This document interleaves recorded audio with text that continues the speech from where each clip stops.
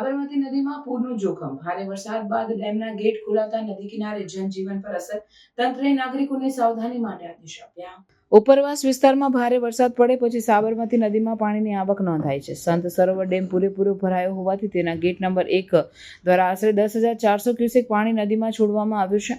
આ પગલાંને પગલે સાબરમતીના કિનારો પર જનજીવનને અસર પહોંચી રહી છે. જિલ્લા તંત્રએ તાત્કાલિક નગરવાસીઓને તંત્ર જાળે સૂચના આપી છે કે સાબરમતી નદી તથા સંત સરોવરની નજીક નહીં જવું. ખાસ કરીને નદી કિનારે ચહલ પહલ અથવા સોશિયલ મીડિયા માટે ફોટોગ્રાફી માટે પણ દૂર રહેવું જરૂરી. વહીવટી દ્વારા નદી કિનારે કોઈપણ પ્રકારની પ્રવૃત્તિ પર પ્રતિબંધ મૂકવામાં આવ્યો છે. ટૂંક સમયમાં જ વધુ વરસાદની આગાહી થઈ રહી છે અને પાણીની આવક વધવાની શક્યતા જોવા મળી રહી છે.